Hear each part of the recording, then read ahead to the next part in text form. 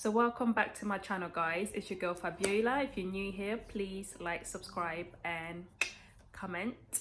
So guys, I know I've missed a couple of episodes, at least 3 or 4. Yeah, I've just had a hectic couple of weeks, but yeah, I am back. So I'm doing episode 8 today. I watched it super early this morning purely because I've missed so much. When I mean I have missed the action. So far, I managed to catch up on the previous episode, and boy, I tell you, I did not know that Alyssa was gonna come with a drama, but the girl has serious problems. Let's just start from there.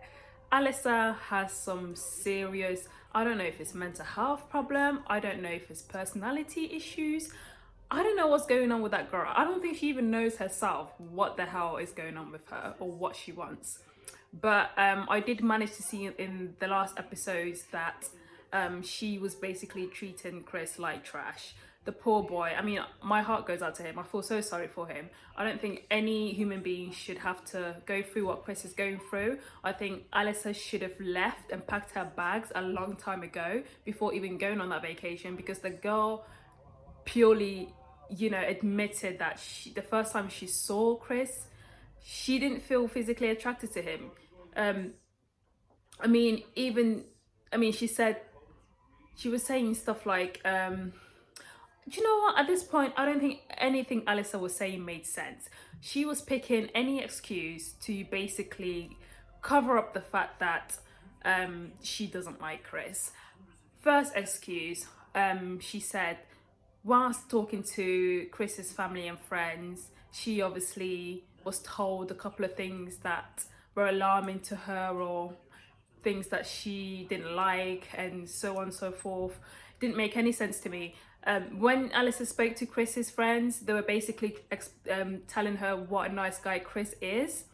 I don't know any part of what they said was concerning or worrying or was bad. I think they're basically trying to paint a good picture of Chris, and that's something to expect when you're speaking to your partner's family and friends. So I don't understand what Alison was talking about. I don't understand what angle she was coming from. But anyways, when they went on vacation, on the honeymoon, Alyssa picked out, his physical appearance, he doesn't look good, or she doesn't like it, she doesn't feel attracted to him. Like I said, any excuse that this girl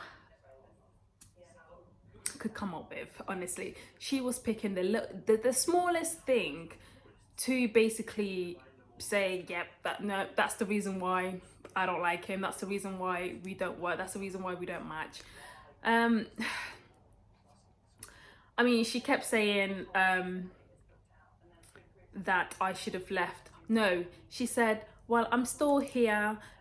I had a chance to leave a long time ago, but I'm still here. No, boo-boo. At this point, I think you're just enjoying the whole experiment, like you keep saying. You're here for the experiment and experience. That's not why you're here. I like the fact that Chris was like, you keep mentioning experience. Like, did you come here for a different reason? I think Alyssa came here for a different reason. I think we can all see that. The girl keeps saying, she didn't even spend one night with Chris. Every time they try to have a conversation, this girl is running off doing something else, or running off, oh, I don't want to talk about it. Oh, I don't feel comfortable talking about this. No, Alyssa, no. Sit down and talk to that man. Chris, honestly, Chris, you have the patience of God. The guy is patient, and he's being patient so far. I don't understand what Alyssa wants. Girl, you don't want to be there, pack your bags and go home. No one's forcing you to be there.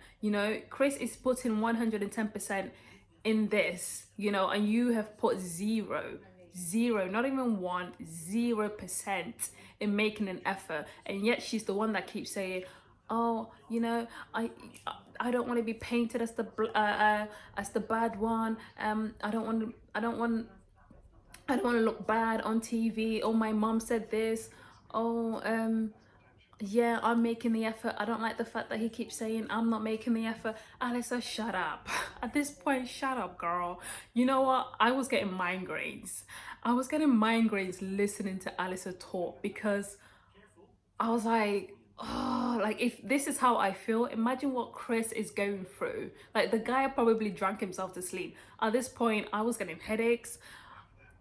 Alyssa, honestly, she is enough to turn anyone to an alcoholic at this point because she's driving everyone crazy. She was driving me mad. Like I couldn't bear to watch her. Like it got to the point where I couldn't stand looking at Alice's face because the lies, the manipulation, and just the whole she's just an hypocrite. She's just an hypocrite.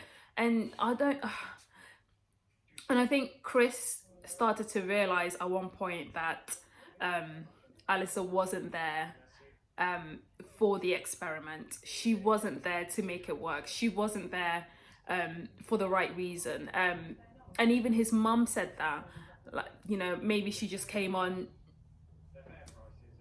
you know, for her 5-minute fame, which kinda, like, that's probably kind of true. Alyssa probably came there for a different reason.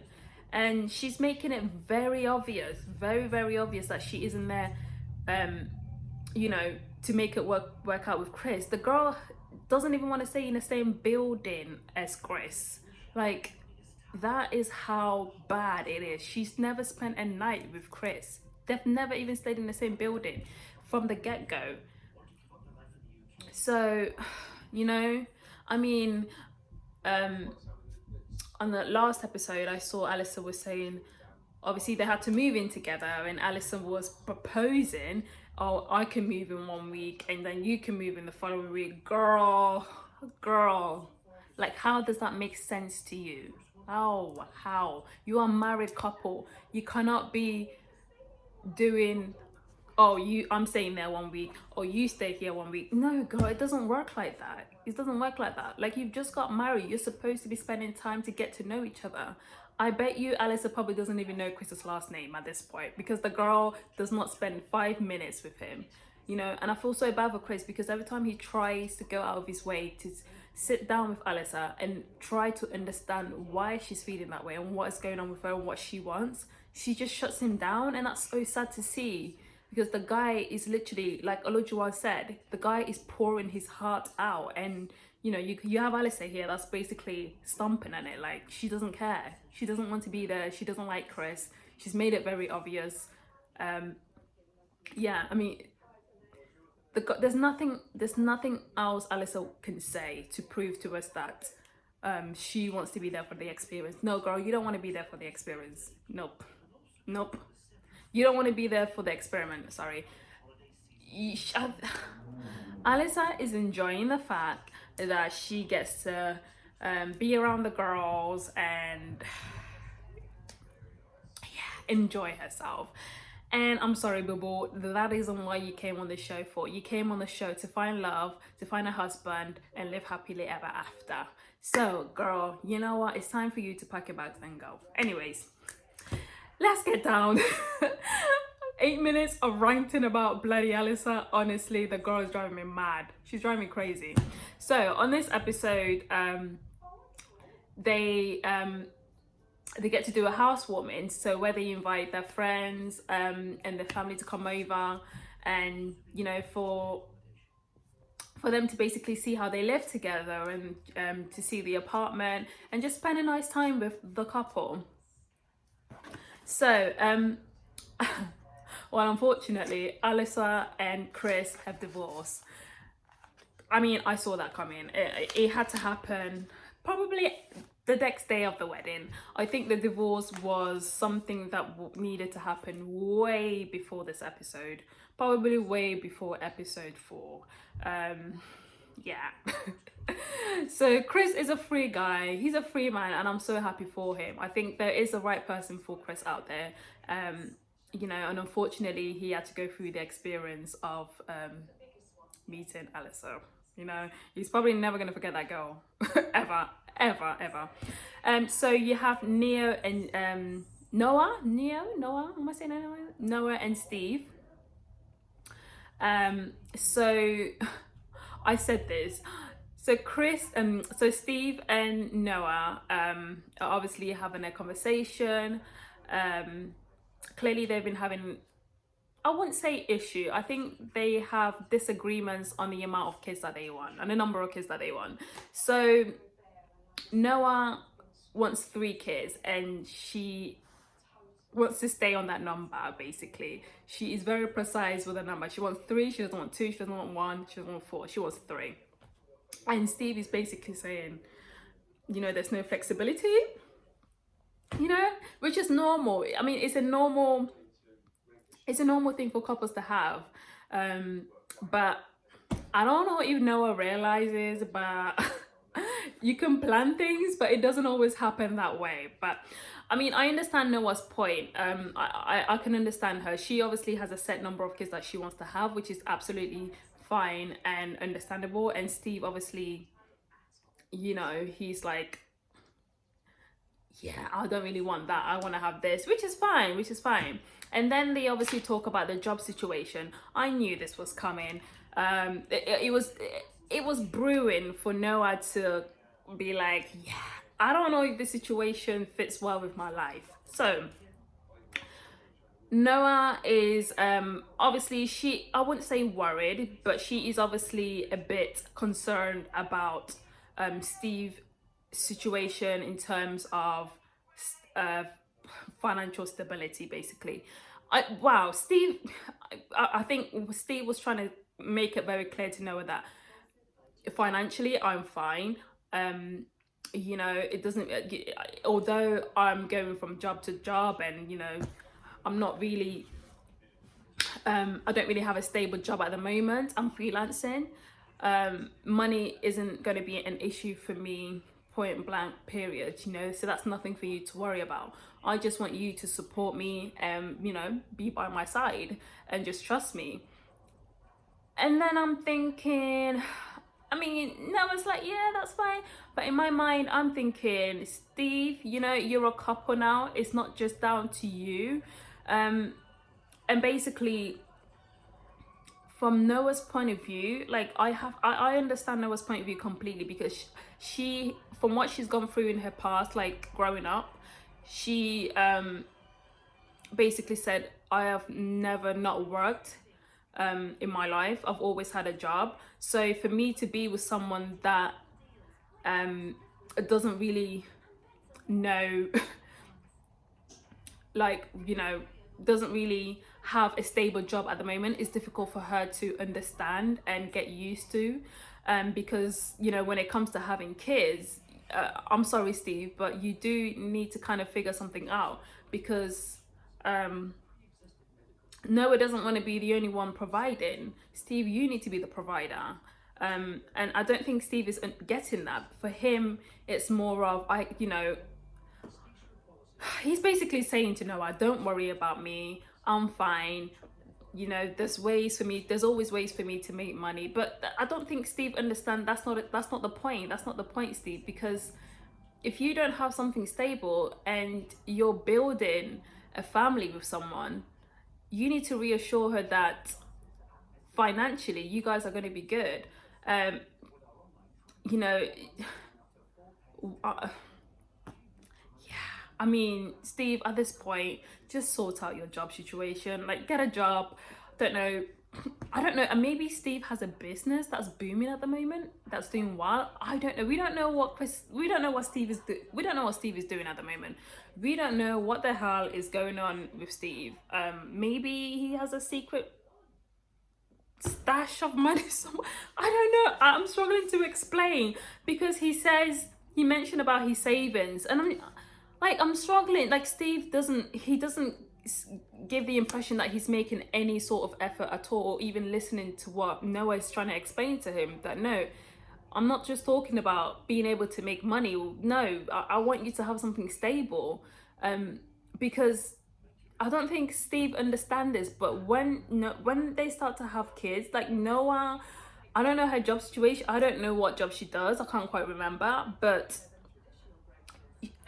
she needs to be able to reassure that, right, if I'm not going to be working for this amount of time, because I am on maternity leave, or doing what, just taking a break out of work, I need to be able to reassure myself that Steve has got us. You know what I mean? Like, Steve has, he has that on lock. She doesn't want to be the only one providing, Steve, and she doesn't know what the hell you're doing to bring in the money. Like, Steve, just get a job. Like, just get a job. Just get a job, boy. So yeah.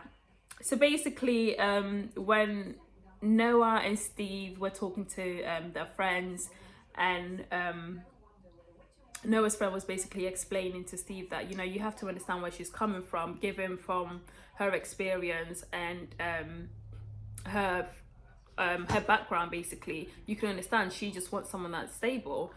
She wants someone that's going to be able to provide. And Steve was basically like, you could tell that he was just like arrogant about the whole thing. Like, he just wasn't giving the impression of, I'm able to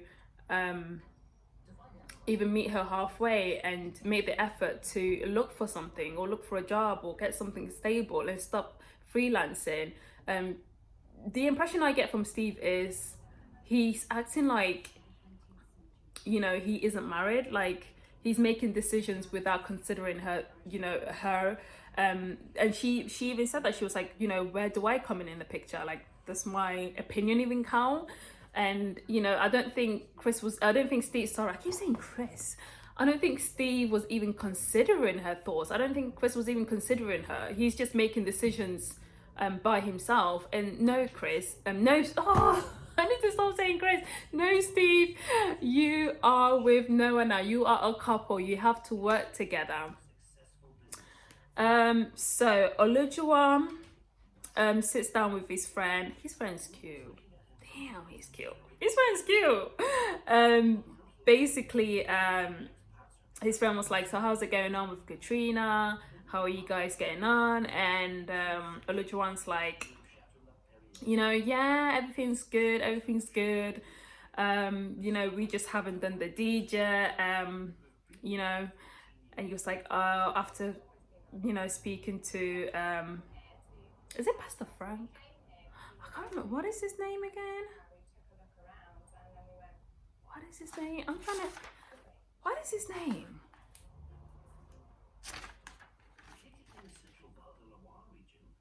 Guys, remind me of his name. I can't remember. Is it Pastor Frank or Pastor?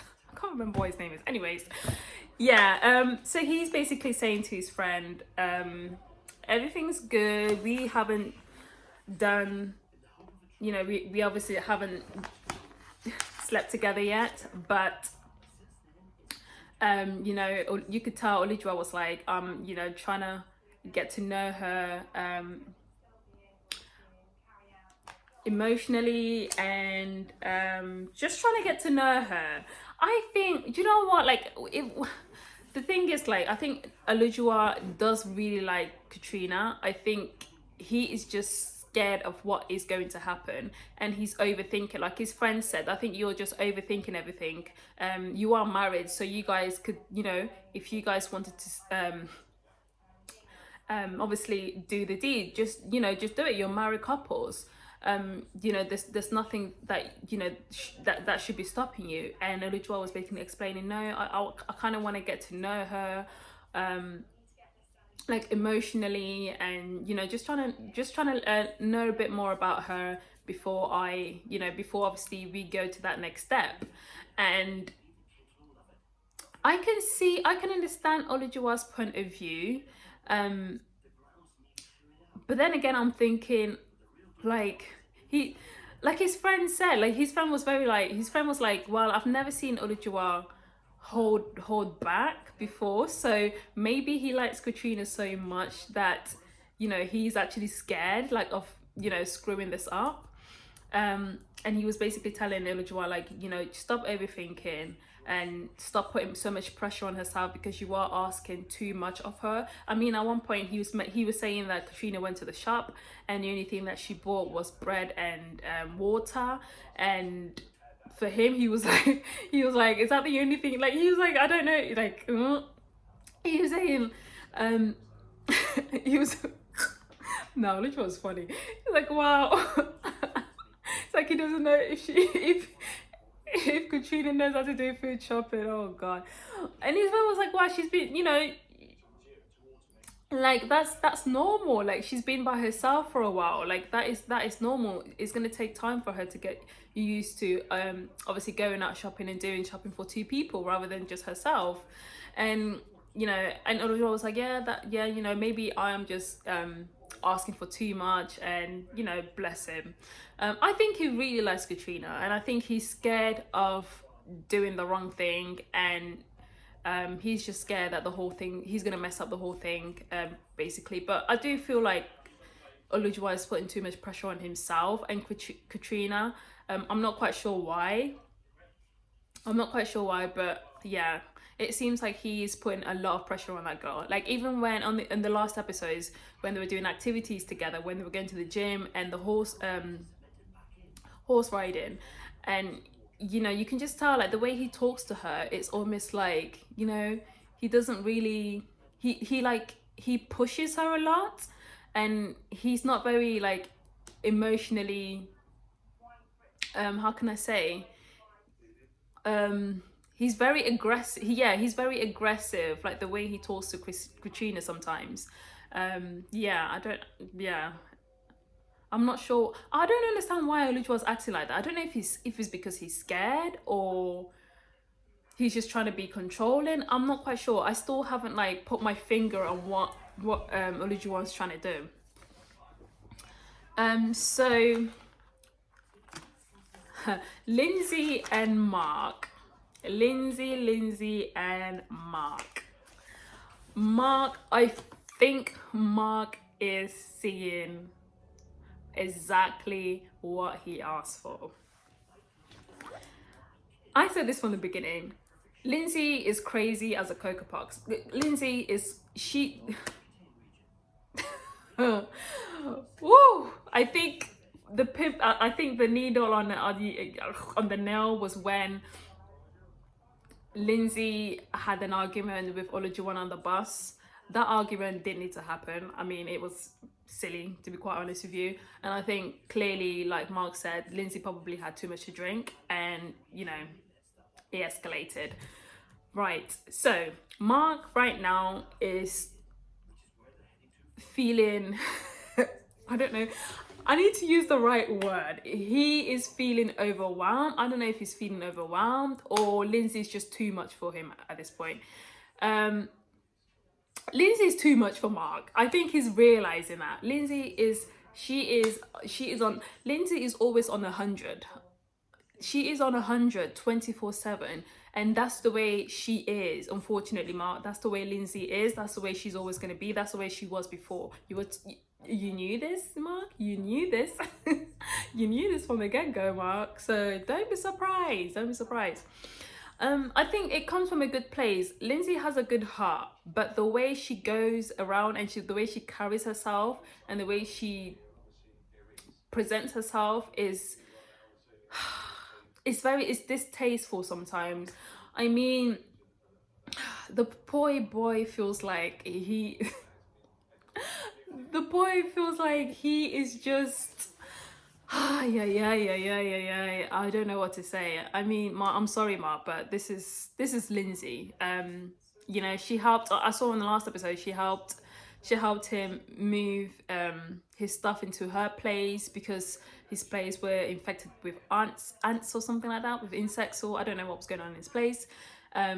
So obviously she went there to help him out moving his stuff, and you could tell Lindsey is the type where she likes to take control. If she's helping someone, she likes to take control and do things for that person. And basically she said that's the way she is. And you could tell that Mark, basically, he isn't used to having people do things for him. And he said that he isn't used for, he's basically the given person. He's always the one going out of his way to help other people. He's not used to someone doing that for him. So I can kind of understand where he's coming from, and I can understand where Lindsey's coming from as well. I think Lindsey means well, but it's her energy that lets her down. She's too much. She's always on 100. She needs to, I don't know if Lindsey needs to drink some sort of calm, like tablet relax. I don't know what she needs to drink, whether it's water, whether she needs to do yoga. I did see on the episode where she was doing yoga outside. I think maybe that's what she needs to do every day, just to keep calm, cool, and collected. I don't know. I don't know what that girl needs. I'm not a doctor, but yeah. So they obviously speak to the pastor, and he's basically saying, you know, what's the issue between, that was on the last episode, what's the issue, I'm just recapping from the last episode, what's the issue between you two? And Mark was basically like, you know, I struggled to get my opinion across because Lindsey is always on level 20,000 and she doesn't let me express the way I feel, and she doesn't let me, you know, be myself. Basically, he said he doesn't feel comfortable in his skin. He doesn't even feel comfortable. And Lindsey was, you know, Lindsey kind of was like brushing it off, like, no, I just think that's an excuse. So on the housewarming, the friends come over, and Lindsey, you know, Lindsey was okay. She was fine. But Mark obviously was saying that he just feels uncomfortable with Lindsey sometimes. And his friend, and you know, he was talking to his friend at one point, and his friend was like, basically, you need to tell her, maybe explain to her that, you know, Lindsey, this isn't the way I normally act in public. You know, I don't say certain things in public. I'm very reserved.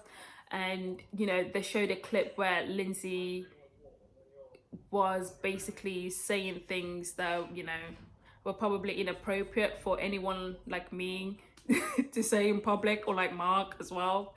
And you know, at this point, I feel like, I don't know if they're good together. I think they are. You know what? I thought Mark was on the same level as Lindsey, but he isn't. He's just a big teddy bear. Lindsey right now is eating Mark up. She is swallowing that boy. She is too much. She's too much. Like the stuff she was saying on the boat, and you know, you could tell that Mark was like, you know, that's not what I don't want my wife to present herself like that in public. I don't want her to be saying stuff like that. And I absolutely understand what Mark is saying, because, you know, as you're, you know, as a woman, there's certain things that you shouldn't say in public, and there's certain ways that you shouldn't behave and act in public. And I don't think Lindsey understands that. Lindsey just lives in her own little bubble that everything and anything is acceptable. There isn't a time and place for things. And unfortunately, now that she is in a couple, now that she's married with Mark, she's struggling to understand that I need to behave like a wife. I need to behave more like a woman, you know, and kind of respect my partner as well when we are out in public, and make sure that he's comfortable. Oh, Mark, bless him. He's gonna get through it. I hope. So Michael and Jasmine, I don't even know what the hell they were arguing about. Michael was saying that Jasmine interrupted him on the boat when he was talking, and he wants her to apologize for it. I am struggling to understand where any sort of argument emerged from that, because it doesn't even sound like something to argue about. I think I do kind of understand Jasmine's point of view. She doesn't feel like she interrupted him, and when I watch back, I don't think she interrupted him at all. But I think maybe Jasmine should have just apologized and said, you know what, I'm sorry if you feel like I interrupted you, but I didn't. I don't think Jasmine apologized like that. I don't think she even apologized. Basically, her point was, she was making a point that she isn't going to apologize because she doesn't feel like she did anything wrong. But Jasmine is stubborn. She is very stubborn. And I think Michael as well is very stubborn, and he doesn't want to admit when he's wrong. Because I don't see where the argument would have even, I don't see that there was a reason to argue, because there was, Jasmine didn't do anything wrong, to be quite honest. But you know, that's the whole point of coming together, especially when you come from, you know, different backgrounds, different places, you know, different personalities. You have to compromise. I think maybe Mark should have expressed how he feels, and whether he was wrong or not, he should have expressed it to Jasmine, and Jasmine should have just said, you know what, okay, I'm really sorry if you felt like I interrupted you, but I didn't, and just squashed it and left it as that. I think what escalated the argument was the fact that Jasmine just insisted on the fact that she didn't do anything wrong and she didn't feel like she needed to apologize, which is why Michael was like, wow, you know, you need to apologize, blah blah blah. Basically, it's just not, it's nonsense. They don't need to argue about that. But Michael, I think Michael, he likes to be in control. You can tell he likes to be in control, and if you're wrong, he wants you to apologize. Yeah. So, you know what? I'm tired of seeing this girl. Alyssa meets up with her friend, and she's basically telling her friend bull crap. I'm not even gonna be around the bush. She's telling this girl bull crap, how she feels like she was robbed of the experience, and you know, Chris isn't the person that she wants, blah blah blah. Chris was trying to paint her as a bad person on the show, blah blah blah. And her friend is, I don't know if her friend was just going with the flow and trying to support her because she was her friend, but she was basically eating everything that Alyssa was giving her. Like, yeah, girl, yeah, yeah, that's not good. No, I don't think he should make you feel like that. Girl, you should have told her the truth, that you're behaving crazy and I'm ashamed to be your friend because you look cuckoo, you look crazy. And Alyssa was like, well, I'm gonna go home and speak to my sidekick about it. My sidekick told me the guy that I'm supposed to meet has tattoos. Girl, you're crazy. That's all I can say. You're crazy, Alyssa. You need help. I think she needs help. Because I don't know what's going on with this girl that you need to go and see a sidekick to tell you who your soulmate is going to be or who your husband's going to be. Girl, you need to go home, figure out what the hell you want, figure out what's going on in your head, because I feel like Alyssa doesn't know what is going on with her. Unless there's something else that Alyssa hasn't told us, because I'm struggling to understand how she can come on this show and still insist to stay even though she doesn't like the guy. I don't know, like, at this point, you just wanted to be on TV, girl. That's all. You just want to be on TV. Stop making this guy look bad. He did nothing wrong. Chris did nothing wrong to you. You crazy. So Katrina's talking to her sister, and her sister's basically saying, we were talking to Olusola. He was rambling like a crazy guy. He wouldn't stop talking. Katrina's sister was like, well, we don't know whether he was nervous with the fact that he couldn't stop talking. And he said that Olusola said to them that he's never been with a black girl before. And Katrina's sister was like, well, we were struggling to understand why he's never been with a black girl. And when Katrina's brother asked Olusola, so how, you know, why not? How come you've never been with a black girl? And Olusola basically said, he's never, black girls have never been attracted to him or something like that. I mean, that didn't make sense. And his brother was like, they've never been attracted to you? You've never found one that's been attracted to you? Like, boy, what? Yeah. And Katrina's sister was just saying, you know, that is just, for us, that was just like alarming for us. That was just worrying for us, you know. And Katrina was like, yeah, we've spoken about it. It's not an issue. Yeah, you know, I'm certainly not worried about it. Yeah, she was Katrina was very defensive about the whole thing. And her sister was basically like, you know, we were just worried. We were just concerned about the fact that he's never been with a black girl before, given that he is black, basically. You know, yeah, basically his mom's white and his dad's black. But we was, you know, I think what Katrina's sister was trying to say is... boy, how come you've never been with a black girl before? Is this because you have a type? And when Katrina's sister and brother was talking to Olusola on the table, and he was saying that, I think he said something along the lines of, this is something different for him. And his brother was trying to say, no, you know, this, you can't say this is something new, because you know, you're married to my sister. This isn't an experiment that you're just testing the water. You guys are married now, so don't call it something new. You're not going, you know, he was trying to explain to him, like, this isn't your girlfriend, this is your wife, you know, so you're not testing the waters, you're not testing if you like black girls or not. No, you're married now. I just feel like Katrina was very defensive, and I feel like in herself she does question, you know, why haven't, as a married couple, why haven't we had sex yet?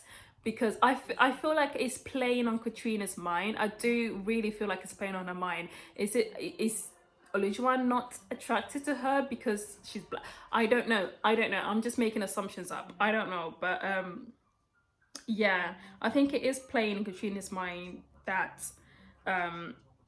Olusola has never been with a black woman before. But I guess yet to see. I don't know. I really don't know. Maybe Olusola is right.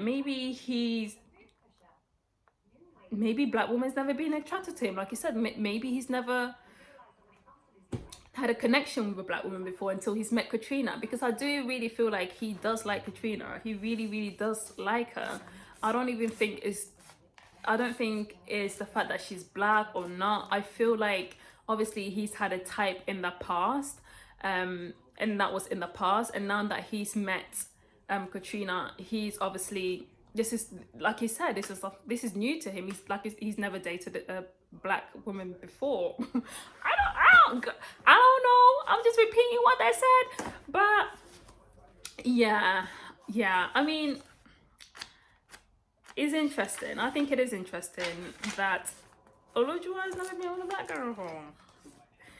Since he's dating like 110 women. I'm really surprised. But yeah, we will see. Olusola on that boat.